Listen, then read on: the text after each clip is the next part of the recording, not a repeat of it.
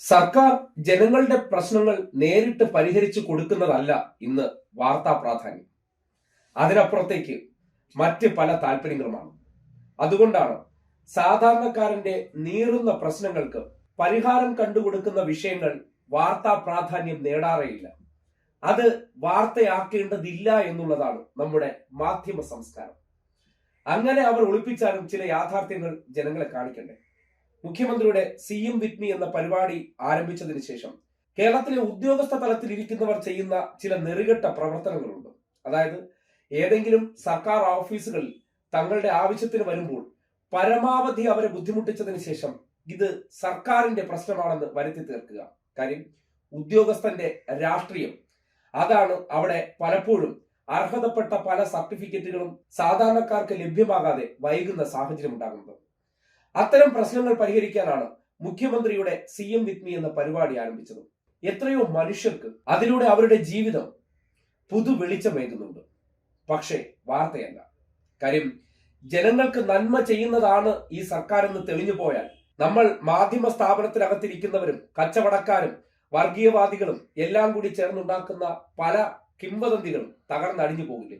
അതുകൊണ്ടാണ് മേഘയുടെ ജീവിതം കരുപിടിപ്പിച്ച ഈ ഒരു നന്മ വാർത്ത അത് ജനമറിയാതെ പോകുന്നത്. ജനമറിയാതെ പോകേണ്ട ഒരു വാർത്തയല്ല അത്.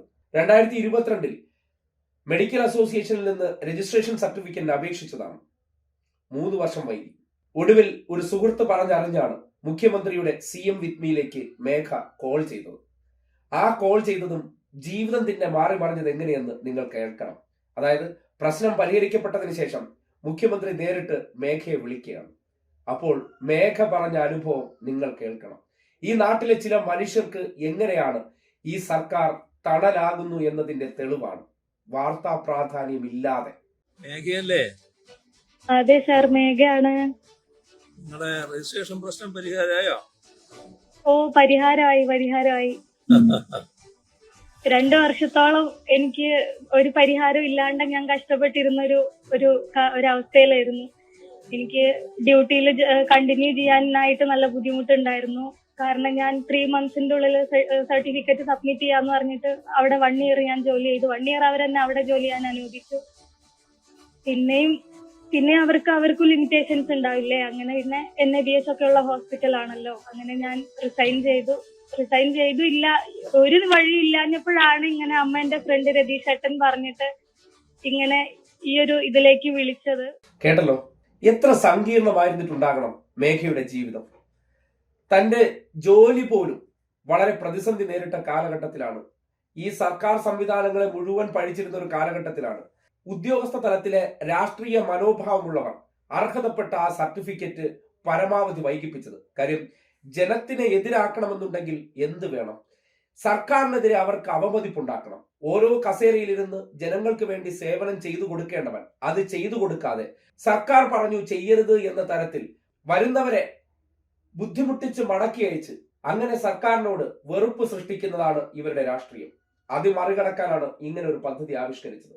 അതിലൂടെ അത് പൂർത്തീകരിച്ചപ്പോൾ നന്ദി പറഞ്ഞൊരു സന്തോഷമുണ്ട്. ഒന്ന് കേട്ടെ. ഞാനിപ്പോ പുറത്തേക്കുള്ളത് നോക്കുകയാണ്. നോക്കി കാര്യങ്ങൾ നോക്കി. Okay sir. Thank you sir, thank you very much. കേരളത്തിലെ പ്രിവിലേജ് ഉള്ള ഇടങ്ങളിൽ നിന്നൊക്കെ കടന്നു വന്ന മാപ്രകൾക്കോ രാഷ്ട്രീയക്കാർക്കോ മേഘയ്ക്ക് കിട്ടിയ ആ സന്തോഷവും അല്ലെങ്കിൽ ഇത്രയും വലിയ പ്രതിസന്ധിയിൽ നിന്ന് കരകയറാനുണ്ടായ ഒരു ഫോൺ കോളിന്റെ ഗുണവും ചിലപ്പോൾ പറഞ്ഞാൽ മനസ്സിലാകത്തില്ല.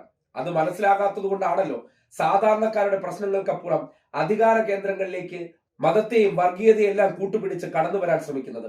അതുകൊണ്ട് ജനങ്ങൾക്ക് ഈ സർക്കാർ 10 വർഷത്തിനിടയിൽ എന്ത് ഗുണമുണ്ടാക്കുന്നു എന്നതിനെ കുറിച്ചൊക്കെ മറച്ചു വെച്ചുകൊണ്ട് അനുദിനം വിവാദങ്ങൾ മാത്രം സൃഷ്ടിച്ചുകൊണ്ട് ചെയ്യുന്ന നന്മ പ്രവർത്തനങ്ങൾ ജനങ്ങളിലേക്ക് എത്താതിരിക്കാൻ വേണ്ടി ഇവർ പുലർത്തുന്ന ജാഗ്രതയുണ്ടല്ലോ, ആ ജാഗ്രതയാണ് ഇത്തരം നീതിയുക്തമായ വാർത്തകൾ പുറം ലോകം കാണാത്തത് എന്ന് കരുതിക്കൊണ്ട് അത് ഒളിപ്പിച്ചു വെക്കാനും പറ്റില്ല.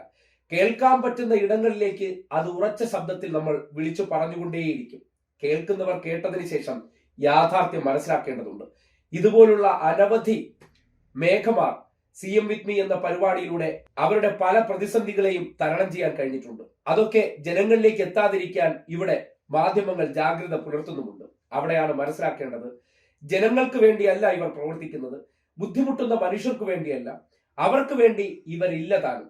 ഇവിടെ ചില തൽപര കക്ഷികളെ ചേർത്ത് നിർത്തുക, അവരെ അധികാര കേന്ദ്രങ്ങളിൽ കൊണ്ടുവരിക എന്ന ദൗത്യം മാത്രമാണ് കേരളത്തിലെ മാധ്യമങ്ങൾക്കുള്ളതെന്ന് മേഘയുടെ അനുഭവം തുറന്നു കാട്ടുന്നു.